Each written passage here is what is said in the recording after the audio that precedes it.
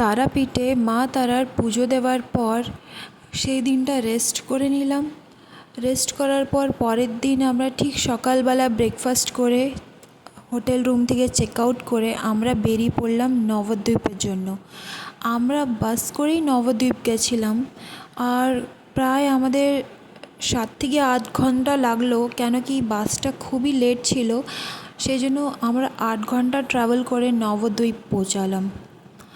নবদ্বীপ পৌঁছিয়ে আমরা সেই দিন বিকেল হয়ে গেছিলো বলে রেস্ট করার পর তার পরের দিন বেরিয়ে গেলাম লঞ্চ করে মায়াপুর যাওয়ার জন্য। আমরা সবাই লঞ্চে উঠে পড়েছি, আর এরপর আমরা ওপার মায়াপুর যাব। মায়াপুরের ইস্কন টেম্পল আমরা দূরের থেকেই দেখতে পারছি। দেখতে তো দূরের থেকে নদীর ওপার খুবই অদ্ভুত লাগছে। আর লঞ্চটা হচ্ছে প্রচুর ভিড়, প্রচুর মাত্রাতেই লোক আসে যায়, আর মিনিটে মিনিটে লোক লঞ্চে ভরে যায়, আর 10 মিনিটে এপার থেকে ওপার করে দেয়।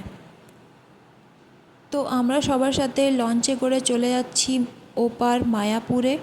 নবদ্বীপ থেকে আমরা ওপার পৌঁছে গেছি, মায়াপুরে আমরা চলে এসেছি। এইবার আমরা মায়াপুরে ইস্কন টেম্পলে ঢুকে আরতি দেখছি। রাধাকৃষ্ণ আরতি এখানে মন্দিরে সব সময় হতে থাকে, 24 ঘন্টাই হতে থাকে। তো আমরা ঢুকে একটু আরতি দেখে নিলাম। আর এখানে চারিপাশটা দেখে এত ভালো লাগছে, এত সুন্দর, এত অসাধারণ। আরতি শুনেও এত ভালো লাগছে। মায়াপুর তো আমি প্রথমবার এসেছি, আর এসেই এখানের ব্যাপারে খুব ভালো ভালো কথা শুনেছি।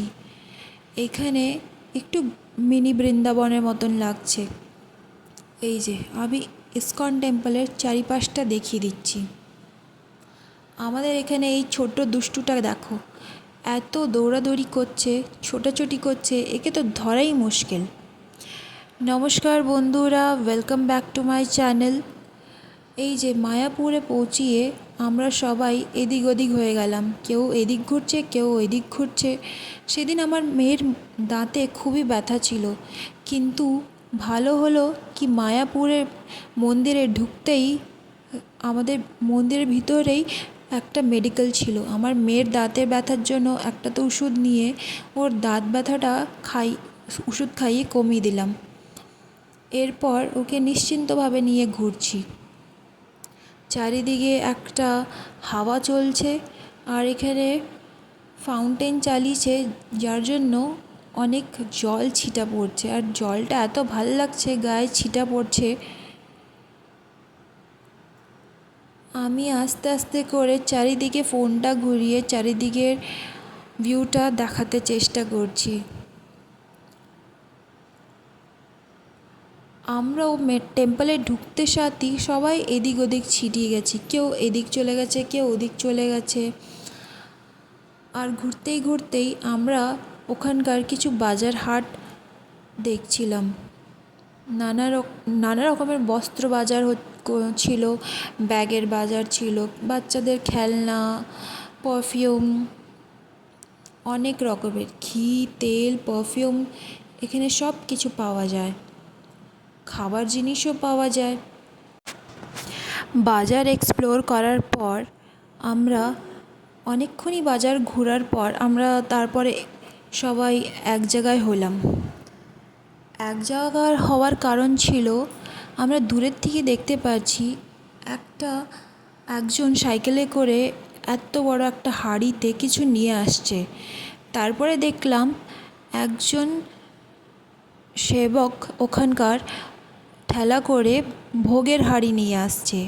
ওই ভোগটা প্রথমে আমাদের দেখে লাগলো কিছু ডালিয়ার খিচুড়ি, কিন্তু ওটা অ্যাকচুয়ালি হচ্ছে সাবুর খিচুড়ি। আর যা খেতে সুস্বাদু ছিল, ভোগটা খেয়ে সত্যি খুব আনন্দ পেলাম। আমরা সবাই এক এক করে ভোগ নিয়ে নিলাম। ভোগটা খেয়ে খুব ভালো লাগলো।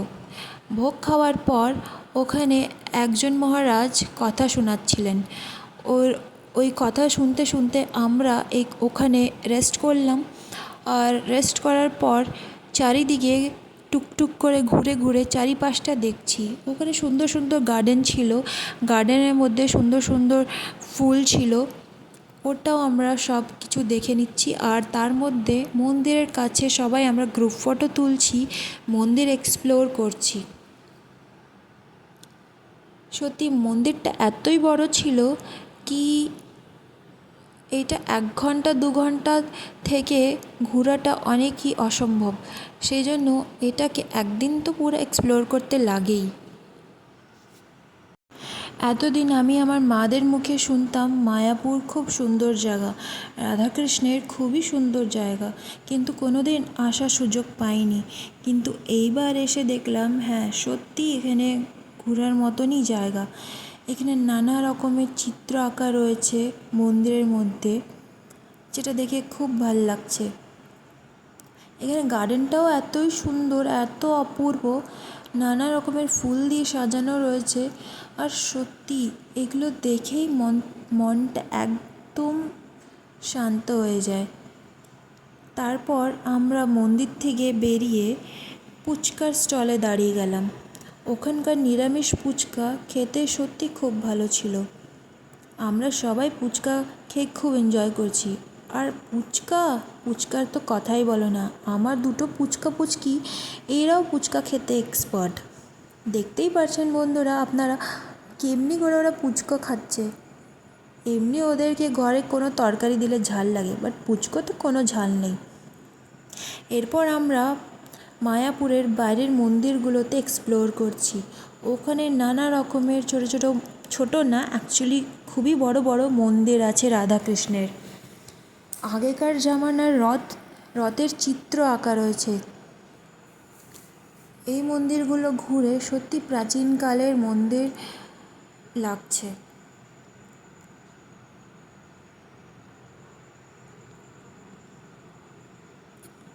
আমরা সবাই মন্দির ঘুরতে ঘুরতে এগাতে নানা রকমের মন্দির দেখতে দেখতে অনেক রকমের মন্দির, ওখানকার কথা, ওখানকার কীভাবে এই মন্দিরটা হয়েছে সব কিছু জানকারি নিচ্ছিলাম। মন্দিরের বাইরে অনেক রকমের জিনিসও বিক্রি হচ্ছিল, গামছা বলো, কুর্তা বলো, পায়জামা বলো, নানা রকমের দোকানও ছিল, গোপী ড্রেস বলো, সব কিছু ছিল। একটু একটু করে আমরা আরও কৃষ্ণ মন্দির ঘুরে নিচ্ছিলাম। মন্দিরে সন্ধ্যা আরতিও হচ্ছিল, আমরা দাঁড়িয়ে সন্ধ্যা আরতিও শুনছিলাম। হ্যাঁ, আমি মন্দিরের ভিতরটা দেখাতে পারছি না, কেন কি মন্দিরের ভিতরে ক্যামেরা অ্যালাউড নেই। যদি ক্যামেরা নিয়ে যাই হয়তো আমাদের বকা দেবে। ভিডিওটা ভালো লাগলে লাইক করবেন।